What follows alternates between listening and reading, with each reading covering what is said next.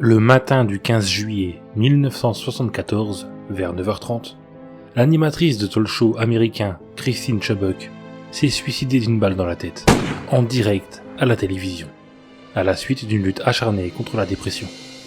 Cette diffusion notoire et introuvable a stupéfié le public, faisant les gros titres dans le monde entier.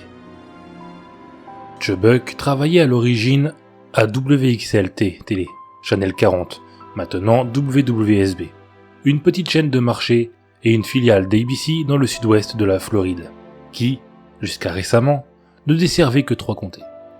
En tant que journaliste des nouvelles du soir, avant de devenir animatrice d'une émission débat matinal sur les affaires communautaires intitulée Suncoast Digest. Pendant la période précédant son suicide, Chubbuck, qui était connue pour détester ce qu'elle appelait les reportages sang et tripes, c'est-à-dire la violence sensationnaliste aux dépens du journalisme légitime, s'était portée volontaire pour réaliser une enquête sur le suicide pour la station. Pendant ses recherches pour l'émission, elle a demandé à un policier comment quelqu'un devait s'y prendre pour se suicider. Le shérif expliqua ainsi le type d'armes et de balles qu'il utiliserait s'il se trouvait dans cette situation. Un collègue a depuis rappelé qu'à peu près à la même époque, Chubbuck lui avait dit, sur le ton de la plaisanterie, quelque chose comme « Ne serait-il pas fou que je me fasse sauter la cervelle à l'antenne ?» À l'insu de ses collègues, Chubbuck avait en réalité déjà tenté de se suicider quelques années plus tôt, en prenant une surdose de pilules. Le 15 juillet avait commencé comme n'importe quel autre jour, jusqu'à ce que Chubbuck, qui était visiblement plus enthousiaste et joyeuse que d'habitude, déclare, juste avant la diffusion de Suncoast Digest, qu'elle avait besoin de lire un bulletin d'information en avance, ce qui provoqua la confusion de ses collègues. Il s'agissait de quelque chose qu'elle n'avait jamais fait auparavant. Ignorant ses véritables intentions, le public la regarda nonchalamment lire le journal pendant 8 minutes, alors qu'elle couvrait 3 reportages nationaux. Quand elle arriva au 4e, c'est-à-dire à celui d'une fusillade dans un restaurant local, la bobine se bloqua, la poussant à hausser les épaules, à se tourner avec désinvolture vers la caméra et à proclamer, conformément à la politique de WXLT, qui consiste à vous apporter les dernières nouvelles en matière de sang et de tripes, TV40 vous présente, en avant-première et en couleur, une tentative de suicide. Chubbuck sortit alors un revolver qu'elle avait caché dans son sac, le plaça derrière son oreille droite et tira, s'effondrant aussitôt violemment sur son bureau, alors que le directeur technique se précipitait pour couper la diffusion. De nombreux téléspectateurs qui avaient assisté à l'émission téléphonèrent à la police et à la station elle-même, certains pensant qu'il ne s'agissait que d'une blague morbide. Plusieurs membres du personnel de WXLT Télé ont même raconté qu'ils doutaient eux aussi au départ de la légitimité de ce qui était arrivé, ayant l'impression au début qu'il s'agissait également d'une farce quelconque. Après que Chubbuck a été transporté d'urgence à l'hôpital, le directeur des nouvelles de WXLT Télé, Mike Sammons, découvrit qu'elle avait laissé à la fois un reportage décrivant sa tentative de suicide, dans lequel elle avait prédit avec précision qu'elle serait emmenée à l'hôpital commémoratif de Sarasota, et une note de suicide, dans lequel elle disait au revoir à ses collègues et à ses proches, exprimant également le sentiment effrayant qu'elle souhaitait que tout le monde voie l'émission.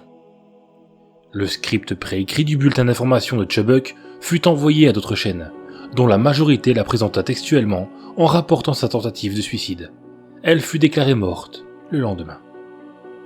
Comme l'émission a eu lieu en 1974, il est possible, bien que hautement improbable, que le suicide ait pu être enregistré par un téléspectateur à domicile, car plusieurs magnétoscopes avaient été mis sur le marché à cette époque, tels que l'U-matic, l'un des premiers enregistreurs vidéo domestiques.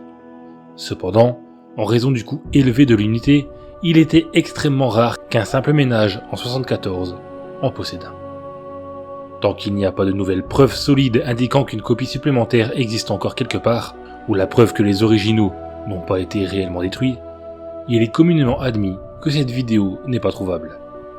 Cependant, un nombre important de personnes affirment avoir vu les images via un certain nombre de sources autres que la diffusion en direct originale, notamment les premiers sites web, les vidéos de formation du FBI et dans le film Mondo, Face à la mort.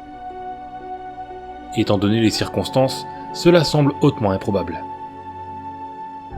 Selon un article de Vulture du 8 juin 2016, la vidéo existerait toujours et serait entre les mains de Molly Nelson, la veuve de l'ancien propriétaire de WXLT Télé. Son mari, pour des raisons jamais partagées, aurait conservé une copie de la cassette, et à sa mort, c'est elle qui en aurait hérité. Cependant, lorsque cela a été rendu public, elle commença à recevoir de nombreuses demandes afin de voir le film, ce qui la mit mal à l'aise. Elle rapporta que la bande était maintenant entre les mains d'un très grand cabinet d'avocats, pour la garder en lieu sûr, qu'elle n'avait en aucun cas l'intention de laisser qui que ce soit la voir, et qu'elle n'avait gardé la bande que pour honorer son mari. Peu de temps après, une injonction a été déposée contre Channel 40 par la famille de Chubbuck, les empêchant de publier les images de sa mort.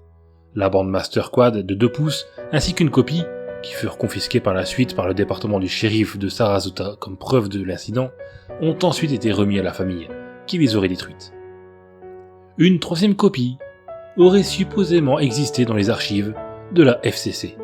Cependant, cette affirmation n'a jamais été prouvée, et a ensuite été réfutée par la FCC lorsqu'elle a été interrogée par un utilisateur du forum Findades. Fait intéressant, c'est de la propre volonté de Chubbuck que l'événement a été enregistré en premier lieu. Elle a demandé que l'épisode soit enregistré, ce qui n'était normalement pas fait, en raison du coût des bandes à l'époque. Le 31 janvier 2017, une vidéo intitulée Freaky 5 Lost Footage a été postée par un YouTuber du nom de Nation Squid, comportant 5 éléments de médias perdus considérés comme effrayants ou dérangeants.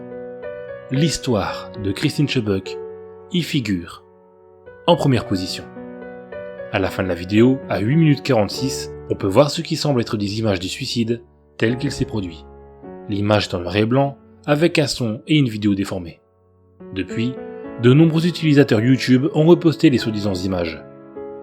Il y a eu un large débat sur les sites comme 4chan, les forums Nation Squid, et même les forums Lost Media Wiki sur l'authenticité de ces images postées par Nation Squid.